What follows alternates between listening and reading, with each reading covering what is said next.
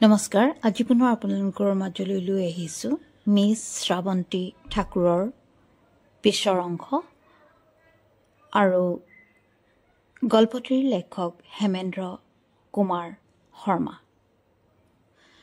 চাহৰ কাপটো হাতত লৈ মই ওপৰলৈ চাব ধৰিলোঁ। ওপৰত তৰা, আকাশ, মেঘ, ডাৱৰ একো নাই। ঘৰৰ চিলিং আৰু এলান্ধু লগা পুৰণি ফেনখন আৰু ডাঙৰ জেঠী এটা খাদ্যৰ সন্ধানত বগাই ফুৰিছে। আজি অন্তিম সিদ্ধান্ত এটা ল'ব লাগিব। মই হুৰমুৰকৈ স্কুটিখনৰ ওচৰলৈ আহিলোঁ। আকৌ ঘূৰি গৈ এইবাৰ টেবুলৰ ওপৰৰ পৰা গাড়ীৰ চাবিপাত ল'লোঁ। নাই, একো নিনিওঁ। চিন্তা ঘনে ঘনে সলনি হৈ আছে। মই বাৰু কিছু বলিয়া নেকি?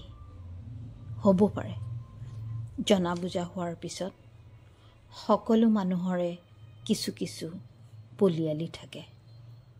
বেছিকৈ হাঁহিলে বা একেবাৰে নাহাঁহিলে, বেছি কথা ক'লে বা বিষাদগ্ৰস্ত হৈ কম কথা ক'লে ইত্যাদি। নগাঁৱৰ পৰা বদলি হৈ আমাৰ কাৰ্যালয়ত যোগদান কৰা মোহময়ী যুৱতীগৰাকীয়ে হাঁহি হাঁহি সীমান্তক হেনো প্ৰায়ে কয়, ইউ ক্ৰেজি। কোনোবাই কিবা ভাল নলগা কথা ক'লে বিৰক্তিত তাইৰ ধুনীয়া ওঠৰ ফাকেৰে ওলাই আহে, চিনিক কৰবাৰ। এইবোৰ অৱশ্যে সহকৰ্মী নয়নৰ সংবাদ। দেহা দহিনীয়া ৰ'দ, চকু মেলিব নোৱাৰি। মানুহৰ আহযাহ কম, গোলকীয় উষ্ণতা বৃদ্ধি, স্পেইন আমাজনৰ হাবিত জুই, উন্নয়নৰ স্বাৰ্থত বন দস্যুৰ হাতত সংখ্যাতিক গছ গছনি ধ্বংস, 2 মেৰুৰ বৰফ গলিছে আৰু চিটিবাছ এখন মোক দেখি মন্থৰ গতি লোৱাত জাপ মাৰি উঠিলোঁ। বহি থকা যাত্ৰীৰ কৰঙন আৰু আঁঠুৰ সন্ধিত সুন্দৰ জ্যামিত্ৰিক ভাঁজ। ভীষণ গৰম, কাৰো মুখত হাঁহি নাই। সকলো ঘামত ভিজিছে। ৰুমাল, কোনোবাই কামিজৰ আস্তিনেৰে ঘাম মুচিছে। মোৰ যাত্ৰা মাত্ৰ 3টা ষ্টপেজৰ। মই মিছ শ্ৰাৱন্তী ঠাকুৰক লগ পাব আহিছোঁ। সেইবাবে বাৰু অসংলগ্নতাই মোক পোৱাৰ পৰা বেমেজালি দি আহিছে নেকি? কিন্তু মোৰ বাবে শ্ৰাৱন্তীক লগ পাব অহাটো নতুন কথা নহয়। এনে অদ্ভুত যেন লগা চিন্তা মোৰ মনত আহিয়েই থাকে।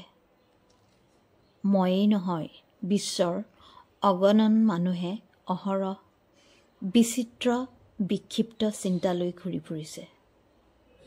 হ'ব পাৰে মই আজি অন্তিম সিদ্ধান্ত লোৱাৰ কথা ভাবি থকাৰ বাবে চিন্তাৰ দৌৰ বাঢ়ি গৈছে। দুৱাৰ খোলা আছিল বাবে ভিতৰ সোমাই গ'লোঁ। চৰাঘৰ পাৰ হৈ এখন দীঘল বাৰাণ্ডা। বয়সীয়া মানুহ এজন আৰামী চকীত বহি কিতাপ পঢ়ি আছে। মোক দেখিছে যদিও মোলৈ চোৱা নাই। ধীৰ খোজে আহি মই মিছ শ্ৰাৱন্তী ঠাকুৰৰ কোঠাত সোমালোহি। তাই শুই আছে। ডাঙৰ মেহগনি বিচনাত তাইৰ শৰীৰ মজিয়া পৃথিৱীৰ সৈতে সমান্তৰাল হৈ আছে।